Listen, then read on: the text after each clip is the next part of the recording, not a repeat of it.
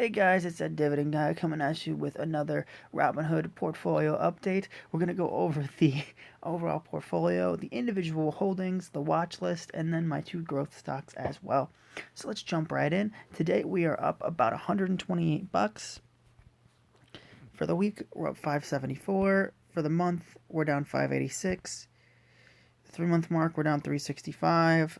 For the year, we're up 606. Look at that huge dip. That was crazy. It's March of this year. Look at that. We got down to like 17 something. 16. There's 16. Jeez, we got down to 16. Now up to 21. Guys, this is why you stay in the market. Check it out. We got up to 23. Dropped all the way down to 16.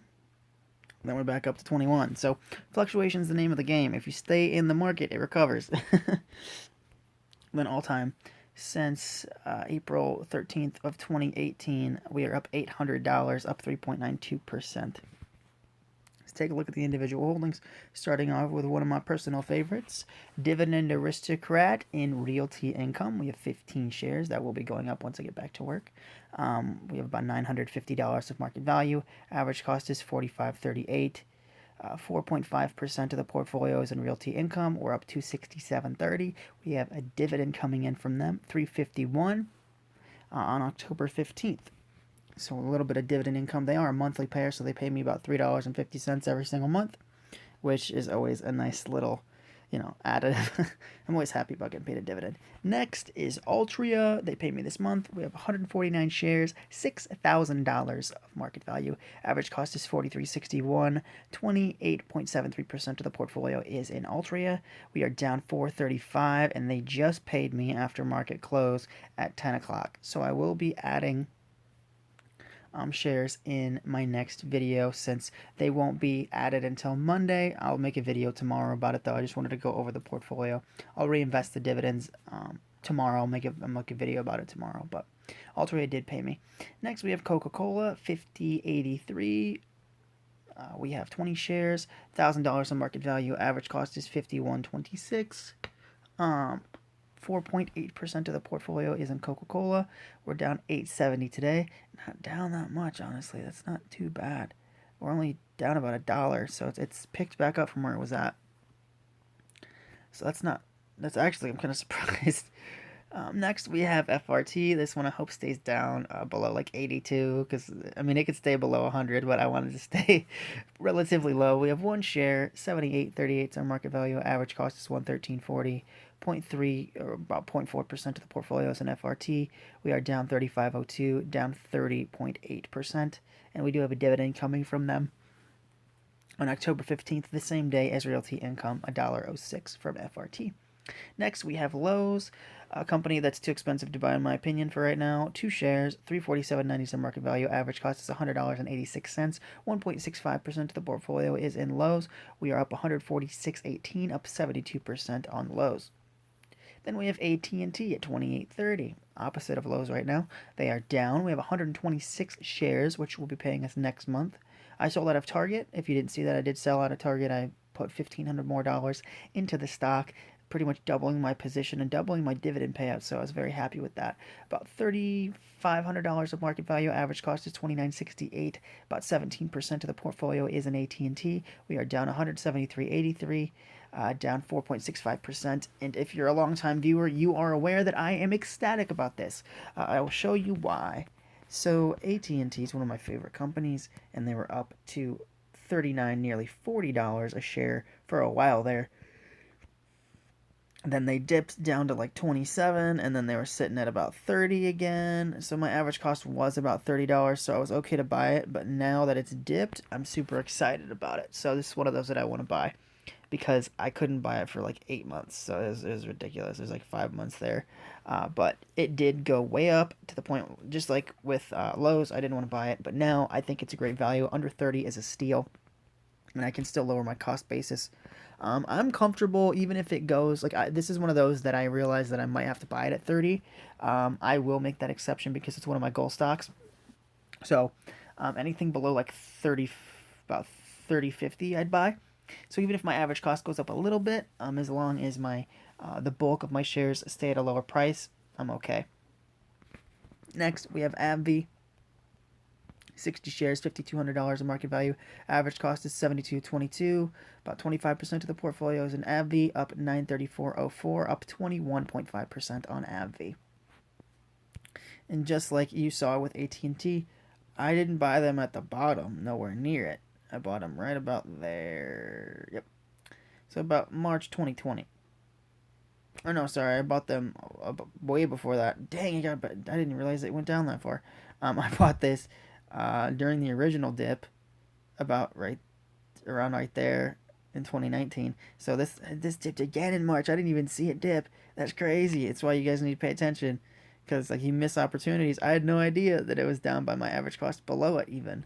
Jeez. Anyways, sad that I missed that opportunity on AbbVie, but it's all good. You live and you learn. You can't pay attention to everything, and odds are I didn't know the cash, or I already had deployed it, so not really a missed opportunity there. Next, we have J&J under 36912. We have 2 shares, 302 market value. Average cost is 135.79. 1.4% of the portfolio is in J&J, up 30.42, up 11% on J&J. Then we have 3M. We have 2 shares. Market value is 338.60. 147.28 is our average cost. 1.6% of the portfolio is in 3M. We are up 44.05, up about 15% on 3M.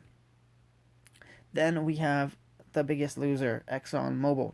We have 84 shares, about $2,900 in market value. 53.20 is our average cost, so a huge cost down average opportunity there. About 14% of the portfolio is in ExxonMobil. We're down 15.50 right now. Not super worried. I'm bullish on oil long term, but this is as low as it's been in 5 years. Well, funny enough, March it got lower. Everything got lower in March apparently, but as you can see, that's the lowest it's been in 5 years. So, I mean, I know there's some people who are skittish about the dividend because it's oil, and there's been a lot of issues with it, between foreign discrepancies and then the demand going down. But Exxon has comforted shareholders. They said that they're keeping the dividend and they're not worried about it. So, it's one of those positions that I feel like is a golden opportunity. And personally, I feel like I'd be dumb if I didn't take advantage of it. I can't right now because I'm not working. But if I was working and this was the stock, this set of months is coming up. So next month, I would be buying it because AT&T pays. I would be buying ExxonMobil. Definitely, I'd be cost down averaging like a madman. Next we have Walgreens, which is a cost down average opportunity, but not as big as ExxonMobil. Walgreens, we have 6 shares, 219 market value. Average cost is a little bit below $40. 1.04% of the portfolio is in Walgreens. We're down 20.49, down 8.56% on Walgreens. Then we have Aflac. We have 1 share, 38.42 their market value. Average cost is $35.75. 0.18% of the portfolio is in Aflac. We are up $2.67, 7.47% on Aflac. Next, for the watch list, I'm just going to go through and say whether or not I consider them a buy. First, we have U.S. Bank. This is my personal bank, so I do want this in the portfolio. I was bit by banks. If you guys are longtime viewers, you know that I sold out of Wells Fargo, and I was pretty salty about it. They paid a dividend of 52 cents. They cut it down to 10 cents, and I didn't think it was worth it. U.S. Bank is one of those that I don't think it will increase the dividend, but I think that the dividend is very safe, even with regulatory issues. They said that they're keeping the dividend, which is enough for me at these prices. It pays a 41-cent dividend for $39, so about $40. So that's about 100 shares, so about $4,000, 4 months of investing to be dividend efficient in U.S. Bank, and I think that's a steal. Especially because if you look at it right now, $40 a share is a steal because the 52-week high is 61. So not only do I have dividend efficiency within 4 months at this current price, I also have about $20 of upside per share, which is a steal at $4,000 invested and being dividend efficient. That capital appreciation is great. And the thing is, this can cover a share of AT&T quite easily at its peak price. So that would be the goal here, is to put enough money into U.S. Bank to fund another share of AT&T the next month, or 4 shares of PBCT, or whatever else I decide to buy. That's really what this is about, guys. It's about putting money into quality stocks that pay a safe dividend, an increasing dividend, which the banks have increased since the financial crisis. They just got cut off due to the pandemic. But this is one of those that I would love to have it bleed into an AT&T, um, because that's the goal, is using your money to make more money. So I'd definitely be buying US Bank at these prices. PepsiCo at 138, not low enough for me. Kimberly Clark at 52, not low enough for me. People's United below 11 is a steal. This is where the money will be going. I will be making a video buying it tomorrow. I just wanted to do the portfolio update right now. Didn't want to buy anything. So People's United is definitely what I'm going to be buying.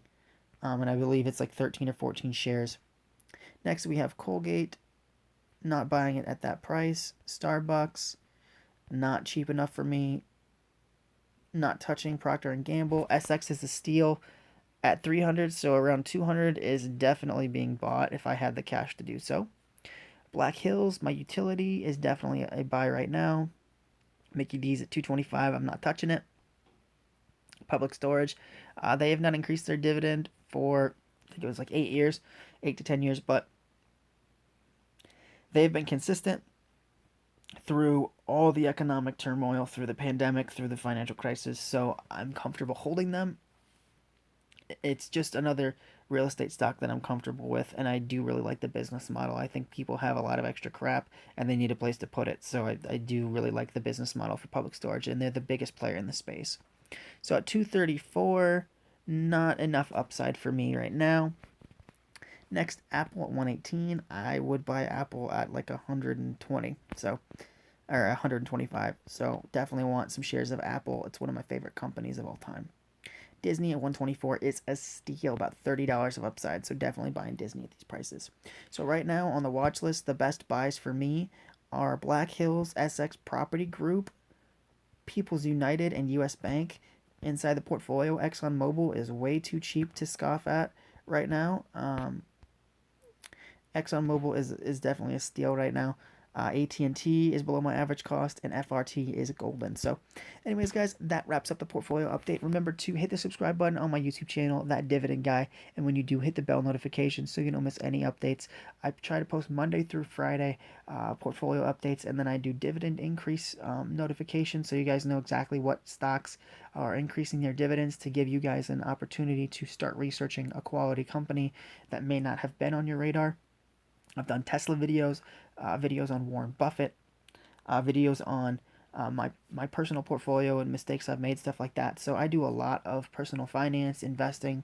If you guys are fans of that, it's definitely a channel for you. So remember to hit the subscribe button, hit the bell notification so you guys stay notified of all my uploads. And I'll see you guys on Monday with another Robinhood portfolio update. Take care, guys.